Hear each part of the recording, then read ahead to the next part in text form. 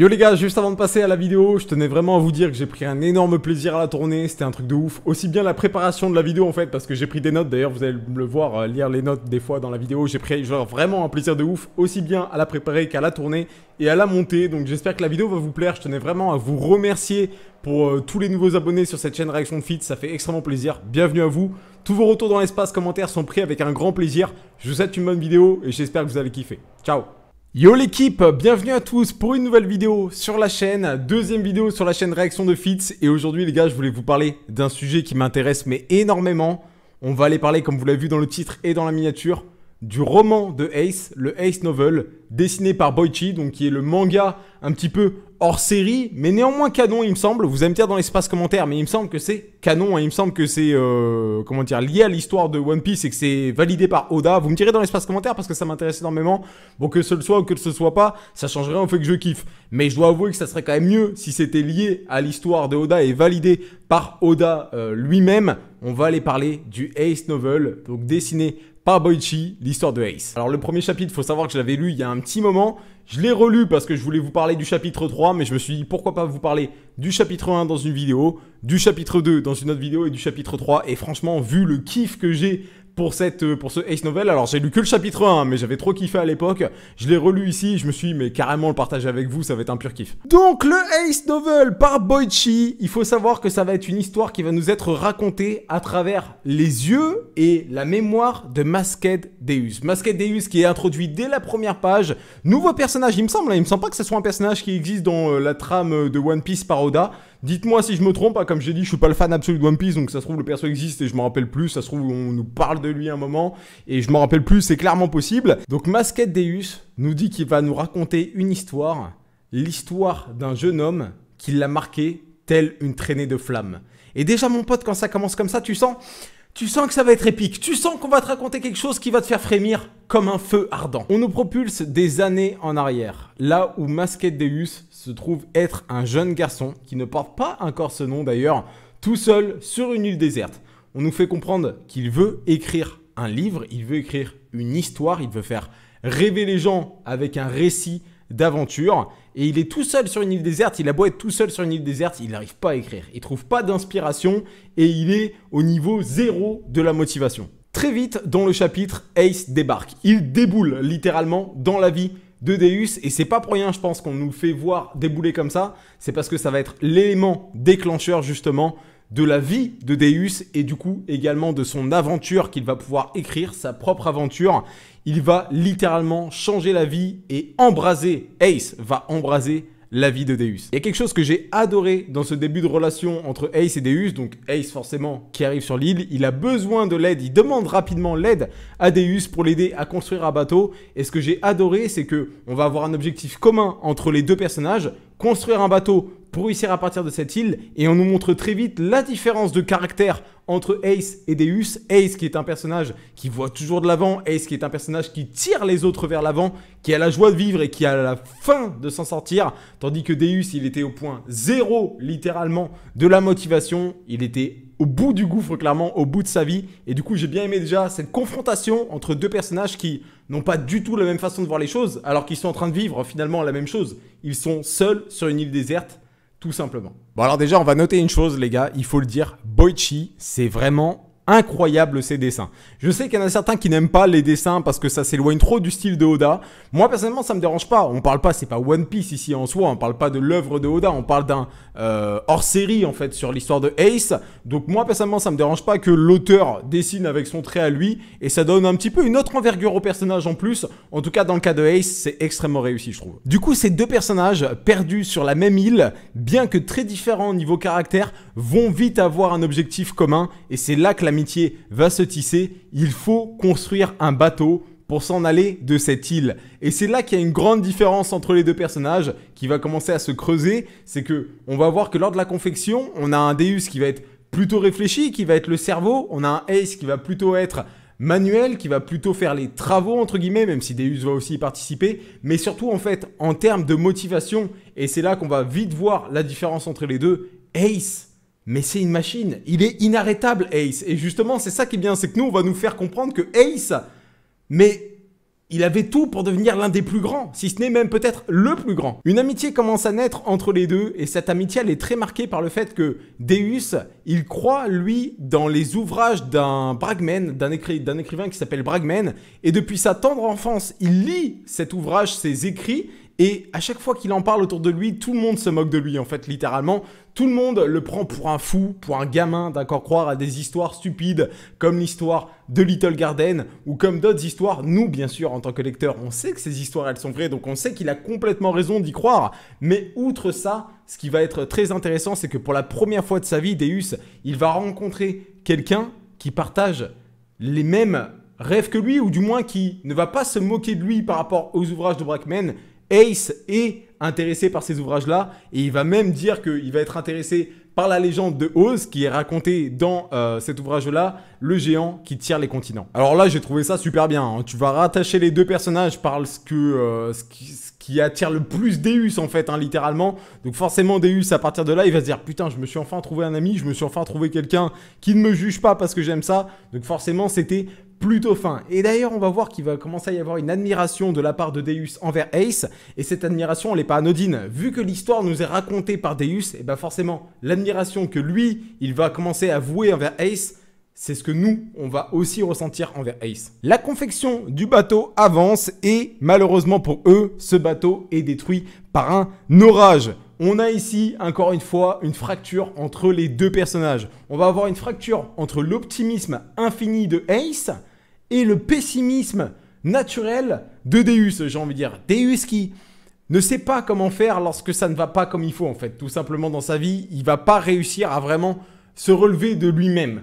Tandis que Ace, lui, va toujours vouloir aller de l'avant. Et suite à cette première fracture, il va y avoir un premier conflit entre les deux personnages. Deus va craquer, il va s'en prendre à Ace. Il va d'ailleurs, à ce moment-là, lui porter un coup et s'en aller, s'exiler sur l'île et se demander « Mais pourquoi j'ai fait confiance à ce type? Je le connais pas, il sort de nulle part. » Parce qu'il pense à ce moment-là que Ace a volé la nourriture, la seule réserve de nourriture qu'il y avait sur l'île. Il pense que Ace l'a volé et a tout gardé pour lui. Sauf que on se doute que nous, forcément connaissant Ace, c'est faux. Donc là, on comprend bien que ça va servir au développement de Deus et à l'amitié avec Ace, tout simplement. Et c'était plutôt fin de voir encore une fois la différence entre ces deux caractères. Mais malgré cette différence, il peut y avoir complémentarité, on le verra par la suite. Mais c'était fin de montrer que voilà, Deus, c'est pas un personnage comme Ace. Et c'est pour ça aussi qu'il va vouer toute cette admiration vers Ace. Ça va faire partie intégrante de la suite de l'histoire. Et si je vous dis ça, c'est pas pour rien, c'est parce que suite à cet exil de Deus dans l'île, il va rencontrer un monstre. Et en fait, il va s'apercevoir que ce monstre, mais c'est lui qui s'est servi dans la seule réserve de nourriture qu'il y avait sur l'île. Et que donc, mais en fait, il s'en est pris à Ace. Il a douté de Ace, il s'en est pris à Ace pour rien finalement. Ace qui était son seul ami, Ace qui était le seul personnage qui ne s'est pas moqué de lui. Ace qui était la seule personne, finalement, à avoir donné de l'intérêt à Deus. Bon, alors là, c'est pareil, hein. C'est hyper bien fait, c'est simple, mais c'est genre efficace, en fait. On commence à comprendre et on commence à avoir du développement de Deus. Deus comprend vite les choses et on comprend, nous, encore une fois, que une amitié va être créée entre les deux personnages. Très fort. Tandis que le monstre attaque Deus, voici Ace qui débarque encore une fois dans la vie de Deus et qui va le sauver. Alors là, vous allez me dire si je me trompe, mais je crois que Ace utilise le haki pour faire fuir le monstre. Je pense que Ace utilise le haki pour faire fuir le monstre à ce moment-là. Vous allez me dire si je me trompe ou pas, mais j'ai vraiment eu cette impression. Et en tout cas, c'est hyper stylé. C'est vraiment super classe l'intervention de Ace. Et s'il utilise le haki en plus de ça, peut-être même sans s'en rendre compte lui-même, mais c'est encore plus stylé en fait. À ce moment-là, la mise en avant de Ace, elle est maximale. Tu ne peux pas ne pas aimer le personnage. On comprend bien que même malgré le fait qu'il y ait une dispute avec Deus, il s'en fiche, il veut s'en sortir avant tout, il sait qu'il a besoin de Deus, il sait que Deus c'est pas un mauvais bougre en plus de ça. Donc il vient, il l'aide et on nous fait comprendre encore une fois que Ace, mais il a une volonté ardente, il a une volonté qui brûle en lui et rien ne pourra l'arrêter. Suite à ce combat, le monstre a recraché un coffre et dans ce coffre se cache un fruit. Et alors là c'est pareil, on nous explique en fait d'où sont venus les pouvoirs de Ace. Mais c'est trop bien. Le développement de l'histoire de Ace dans le Ace Novel de Boichi, mais je suis désolé, mais moi je trouve ça trop bien. C'est simple, efficace, mais ça te donne de la profondeur au personnage et moi j'aime encore plus Ace après le chapitre personnellement. Donc on a une légère dispute entre les deux pour savoir qui doit manger le fruit. Deus ne veut pas manger le fruit, il veut que ce soit Ace qui le mange. Ace ne veut pas manger le fruit, il veut que ce soit Deus qui le mange. Il faut savoir qu'à ce moment-là ils ne savent pas que c'est un fruit du démon, ils veulent juste se nourrir en fait. Ils ont juste faim donc ils veulent chacun que ce soit l'autre qui le mange par sacrifice en fait. Et finalement ils finissent par le couper en deux et se dire on le mange en même temps. Mais là le premier à croquer dedans c'est Ace. Au cours de ce repas, faut savoir une chose, c'est que la volonté de Ace, elle a été transmise à Deus, et Deus se dit, à partir de là, c'est bon, c'est décidé, je vais écrire le plus grand récit d'aventure de l'histoire. Et ça, c'est pareil, c'est bien, c'est simple, efficace. On voit que Ace, il marque les gens sur qui il passe, en fait, avec qui il va entretenir une relation. On voit que Deus, si aujourd'hui il en est arrivé où il en est, à nous écrire cette histoire, c'est grâce à Ace. Et forcément, tout ça, ça donne du relief à Ace en fait. Ça nous donne encore plus l'envie d'aimer Ace. Et du coup, bah moi, sur moi, ça marche à mort. En tout cas, je suis vraiment un gros kikou, mais ça marche à mort. Suite à ça, Ace s'enflamme. Donc, il obtient les pouvoirs du fruit du démon, tout simplement. Là, c'est bien fait parce qu'on nous explique que c'est vraiment le premier qui mange qui obtient les pouvoirs, parce que sinon, ça aurait pu poser problème. Pourquoi Deus n'a pas les pouvoirs? Donc, on nous explique. Donc, ça, c'est plutôt bien. Et Ace également, on va lâcher une petite phrase par rapport à Luffy. J'ai trouvé ça plutôt cool en mode, putain, mais Luffy, il va être sacrément étonné quand même quand il va voir mon nouveau fruit du démon.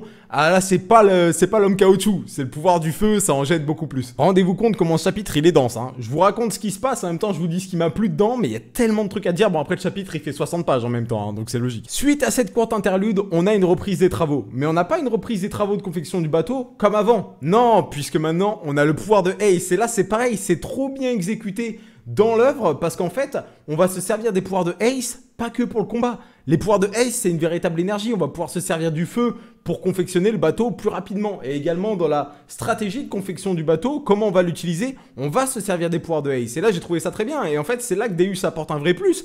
Parce que c'est pas Ace qui aurait pensé à tout ça, c'est Deus qui y pense. Et du coup, on a vraiment ce côté, les deux personnages forment un duo, en fait. Ils sont complémentaires. Et on va le revoir un petit peu plus tard. L'un ne peut pas réussir à quitter cette île sans l'autre. Les deux personnages arrivent à finir le bateau. Celui-ci sera nommé le Striker par Deus, qui dit qu'un bateau doit avoir un nom avant de prendre la mer. Bon là c'est ultra classe, hein. C'est juste ultra de chez méga ultra classe à ce moment-là, laisse tomber. Quand t'es en train de dire ça, tu fais...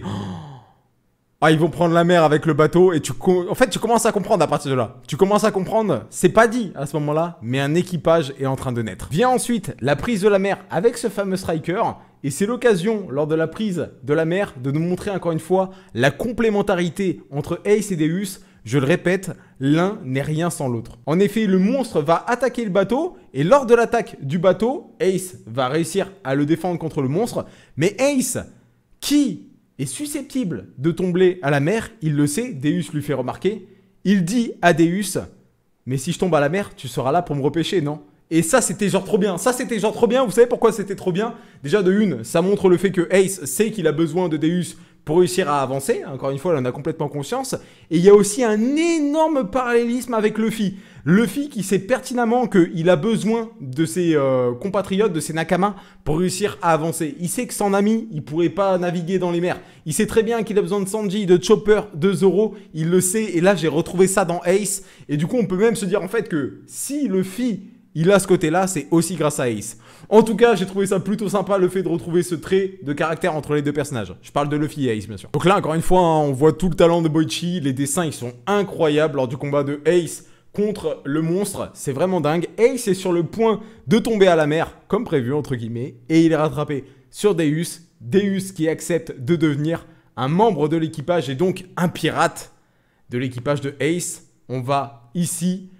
assister à la naissance des Spades. À mon avis, ça se prononce les Spades, le premier équipage de Ace. Et d'ailleurs, plus que la naissance de l'équipage des Spades, c'est aussi la véritable naissance de Deus. C'est à partir de ce moment-là qu'il va décider de se nommer Deus, et donc Masqué Deus, parce qu'en fait, il y avait une blague à la base qui faisait que Ace l'appelait Jean Masqué. Donc on va garder le côté masqué du surnom de Ace, avec Deus, le surnom que lui-même choisit de choisir pour lui, tout simplement. Donc Masked Deus, et franchement c'est hyper stylé de comment ça nous est raconté en fait la naissance du personnage. L'équipage des Spades étant né, on a le droit à un bond dans le futur avec un équipage au complet. Ça va d'ailleurs représenter la toute fin du chapitre. On nous fait comprendre que cet équipage au complet a mis la piste, les voiles sur Grand Line, est arrivé sur Grand Line d'ailleurs, et cherche à aller dans le nouveau monde. Grâce au dialogue de Deus, on comprend que l'objectif de Ace, c'est d'aller affronter Barbe Blanche.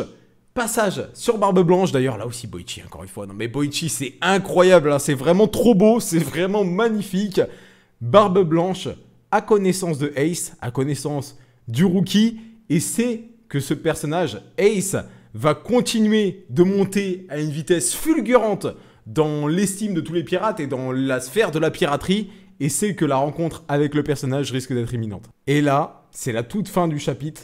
On nous raconte via les mots en fait de Deus d'ailleurs, de Masquette Deus dans le présent. Je pense que Masquette Deus, le moment où il raconte l'histoire, c'est dans le présent. Dites-moi si vous savez parce que c'est vrai que c'est pas indiqué, mais je pense que c'est dans le présent et il nous raconte l'histoire tout simplement dans le passé. Je pense que c'est comme ça, mais à travers les mots de narration en fait que Masquette Deus écrit dans son bouquin, on nous dit la chose suivante: Ace avance aussi vite qu'une colonne de flammes et que bien que son ascension soit fulgurante telle une colonne de flammes, il s'en brûlera malheureusement les ailes.